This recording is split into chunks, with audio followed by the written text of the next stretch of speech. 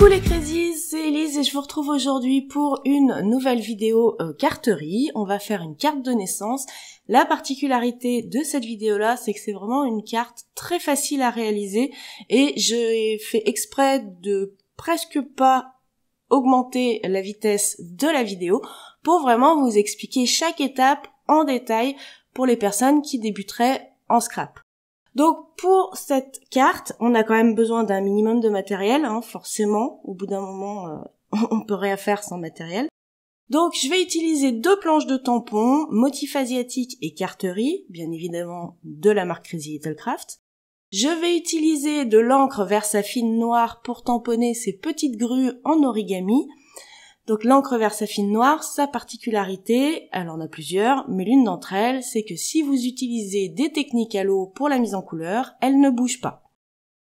J'ai tamponné 4 grues, mais on va en utiliser que 2, c'était au cas où. Les couleurs ne me plaisent pas. Et le papier que j'ai utilisé, comme je vous l'ai dit, on va faire une technique à l'eau, eh bien c'est un papier de type aquarelle. Comme on n'a pas forcément de palette d'aquarelle, qu'on n'a pas forcément de choses très spécifiques, mais que généralement on achète quelques encres quand on démarre le scrap, eh bien j'ai choisi de vous proposer une mise en couleur avec des encres aquarellables, et ici ce sont les Distress Oxide, mais il existe énormément de marques qui proposent ce genre d'encre. Donc première étape pour une mise en couleur très rapide, très facile, elle est en vitesse normale ici, c'est mettre de l'eau claire sur vos motifs et ensuite, avec un pinceau imbibé d'eau, récupérer de la couleur pour faire la mise en couleur de manière très succincte, très rapide, avec une couleur claire. Vous voyez que j'ai dépassé du motif, il n'y a aucun souci là-dessus puisque de toute façon on va venir les découper, donc si vous n'avez pas envie d'être hyper précis pour ce type de mise en couleur et que vous découpez votre motif après, vous n'avez pas besoin de respecter les lignes. Ensuite, avec une couleur un peu plus foncée, avant que la première couleur n'ait séché, je viens prélever un petit peu d'encre sur mon pinceau et juste avec la pointe, je viens appliquer de la couleur un peu plus foncée sur des zones qui sont vers des pliages. Bon là, il y en a partout, c'est des origamis, évidemment, mais voilà, vous voyez un pli, vous pouvez mettre un petit peu d'encre plus foncée parce que du coup il y aura forcément plus tard une petite ombre qui va se créer. Donc là on ne cherche pas à créer des ombres, on cherche à créer des nuances dans le verre que j'ai utilisé pour faire ces petites grues là. Donc voilà, vous n'hésitez pas, vous y allez par petites touches, petits tapotements, juste la pointe du pinceau. Tant que la couleur en dessous n'a pas séché, les deux vont se fondre ensemble, se diluer, se diffuser, et donc du coup, vous n'aurez pas une tranche trop abrupte entre les deux couleurs. Si jamais ça devait arriver comme ici, là, eh bien, vous reprenez un petit peu d'eau claire, vous déchargez un petit peu votre pinceau, et vous mettez 2-3 pointes d'eau aux jonctions entre les deux couleurs, et ça se rediffuse. Donc on laisse les grues sécher de côté, et maintenant on va passer au devant de carte, donc c'est la surface sur laquelle on fait notre création. Et donc là encore j'utilise une autre encre du même type, parce qu'on va rester vraiment dans ce type-là de couleur, de mise en couleur. Ici c'est un autre papier aquarelle, alors là il est en format A5, donc il fait 10,5 de large par 14,85 exactement de haut. N'hésitez pas à retailler un petit peu si jamais vous avez besoin, moi je le ferai plus à la fin. Donc là, j'ai réappliqué de l'encre sur mon tapis de verre, mon tapis de découpe en verre, et je viens prendre ma carte, et alors je prends dans une main l'endroit où je ne veux pas mettre de couleur, et avec l'autre, j'appuie l'autre côté où je veux mettre de la couleur directement dans mon encre très diluée. Là, on a un joli nuage violet qui s'est créé, mais je le trouve un petit peu monotone. Donc je reprends la même encre, mais cette fois je mets beaucoup moins d'eau pour beaucoup moins la diluer, et je vais réappliquer mon papier, mais cette fois que sur vraiment les bords, pour qu'on ait cette couleur toujours la même, mais en plus foncé, qui va venir apporter un peu plus de nuances et de caractère à ce fond qu'on vient de créer. Donc après, pour sécher, moi j'utilise un heat gun, donc un pistolet chauffant spécial scrap, hein, c'est pas le pistolet à chaleur qu'on a pour le bricolage, c'est pas pareil. Et je fais sécher, mais vous pouvez très bien, entre chaque étape, laisser sécher de côté et faire autre chose à la place. Je voulais également vous dire que moi j'utilise un tapis de découpe en verre pour mettre mes couleurs, mais si vous n'en avez pas, vous prenez une feuille plastique de classeur, vous mettez une feuille blanche à l'intérieur et vous mettez vos couleurs sur cette feuille plastique, comme ça vous les verrez bien et ça fera exactement pareil. Ensuite, je prends un crayon de couleur, donc là pareil, on peut utiliser le matériel qu'on a chez nous du moment où la couleur correspond à peu près à ce que vous avez utilisé pour vos petites grues en origami. Donc en plus foncé évidemment, puisqu'on va venir mettre un petit peu des ombres. Donc j'ai bien zoomé, histoire de bien vous montrer. Très franchement, vous suivez une ligne avec un trait pas trop appuyé, mais un petit peu. Et après, vous vous écartez de cette ligne en allégeant votre pression sur le crayon et ça va créer une petite ombre légèrement dégradée. Voilà. Donc ça, vous le faites, et pareil, il y a des endroits où il y a des plis, de préférence là où vous avez mis un petit peu votre couleur verte plus foncée. Vous n'êtes pas obligé de repasser exactement partout là où vous avez mis la couleur verte plus foncée, mais néanmoins, voilà, ça fait une bonne base pour créer des ombres très rapidement et très facilement.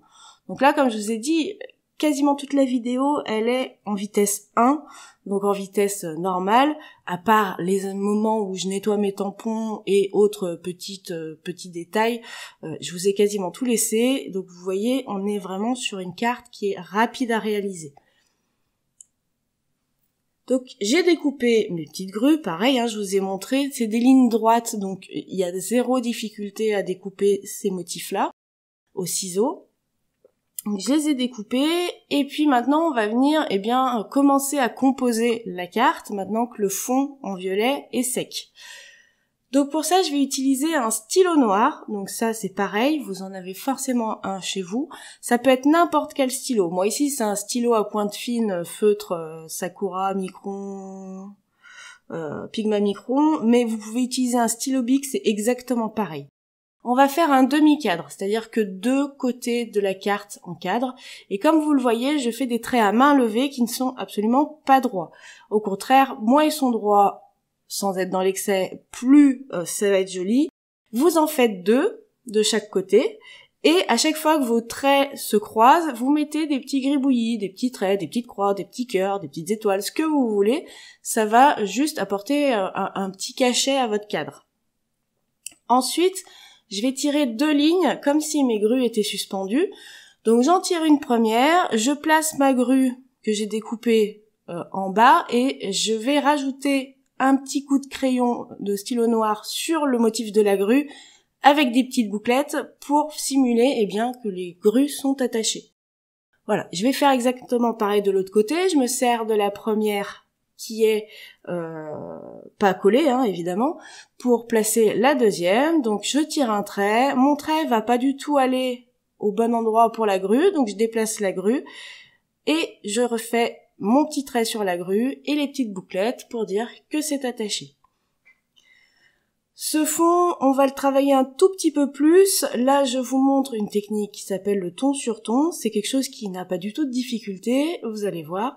Donc, j'ai réutilisé exactement la même encre violette que on a utilisée pour le fond, sauf que là, je la tamponne. Mais comme le violet est très intense, pour qu'il le soit un petit peu moins, pour que le ton sur ton soit discret tout en étant visible, je mets de l'encre sur mon tampon, je décharge mon tampon sur un papier brouillon, et une fois qu'il est déchargé sur le papier brouillon, je viens tamponner sans remettre d'encre. Du coup, il y aura toujours de l'encre sur le tampon, mais elle sera moins puissante en pigmentation. J'utilise cette même feuille de brouillon pour éviter que mon tampon ne dépasse du cadre qu'on a créé. C'est pas une obligation, c'est juste, voilà, ça permet d'avoir comme si le motif était dans le cadre et non pas à l'extérieur. C'est vraiment un détail, mais voilà, je trouve ça joli et ça apporte un petit peu de cachet, ce ton sur ton, au fond qu'on a créé. Donc vraiment une feuille de brouillon que vous déplacez le long des lignes que vous avez faites à la main, il n'y a pas de difficulté particulière. Maintenant qu'on a fait le ton sur ton, on peut coller nos grues puisqu'on ne va plus intervenir sur le fond de la carte. On les colle tout simplement avec de la colle. Donc moi ici j'utilise la colle Nouveau liquide blanche. Et pour qu'on ait vraiment l'impression qu'elle soit suspendue, on va refaire une toute petite ombre légère avec cette fois un crayon de couleur qui correspond à la couleur de notre fond. Voilà, on fait un petit trait sous les grues. À chaque fois que vous voyez, on va dire, une partie basse à peu près horizontale de votre motif, vous faites une petite ombre dessous, très léger, un trait plus appuyé le long du motif, plus léger après, et ça vous crée une petite ombre. Je sais plus si je vous l'ai dit, mais les crayons de couleur, vous prenez ce que vous voulez. Si vous avez des enfants, je suis sûre qu'ils ont des crayons de couleur. Si vous avez les crayons de couleur, la couleur qu'il vous faut dedans, n'hésitez pas à prendre dedans. Ça vous évite d'acheter du matériel. Voilà, donc on a fait tout le positionnement, on va maintenant tamponner le sentiment, hein, la petite phrase qui donne eh bien le thème de la carte. Donc ici j'ai pris la planche de tampon carterie, j'ai réutilisé la même encre qu'on a utilisée tout à l'heure pour tamponner les grues, à savoir la Versafine, puisque c'est quand même l'encre qui a la meilleure définition pour le moment, on va dire qu'on puisse trouver facilement. Et voilà, j'ai tamponné à la main, j'ai pas utilisé d'outils spécifiques pour bien positionner mes tampons, faut juste le faire à l'œil et essayer d'être bien droit. On va rajouter un dernier détail à cette carte, des petits sequins, donc là je réutilise ma colle, et vous allez voir que je vais pas utiliser non plus là d'outils spécifiques, parce que c'est sûr que quand on a un petit outil qui permet d'attraper les sequins, c'est plus facile, néanmoins c'est pas une obligation, vous n'êtes pas obligé d'investir dans ce genre de choses pour démarrer. Donc là, vous les prenez à la main. Donc le mix de sequins, c'est le mix de printemps qui est disponible sur la boutique.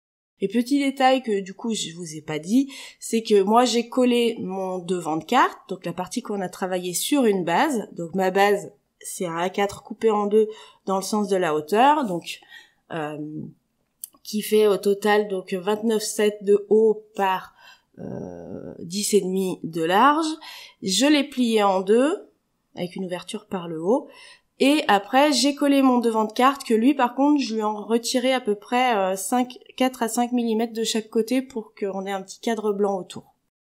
Voilà, donc j'espère que je vous ai bien détaillé cette carte qui est très très facile à réaliser. Vous voyez ici qu'en moins d'un quart d'heure, elle est faite. Alors en réalité, on va dire peut-être plus 20 minutes. J'espère en tout cas que ça vous aidera et que la carte vous aura plu. J'en ai une autre en stock. Je vous la proposerai en vidéo un peu plus tard. On verra quand. En attendant, j'espère que vous me laisserez un petit message pour me dire ce que vous en avez pensé. Je vous souhaite un très bon scrap et je vous fais plein de bisous. Bye!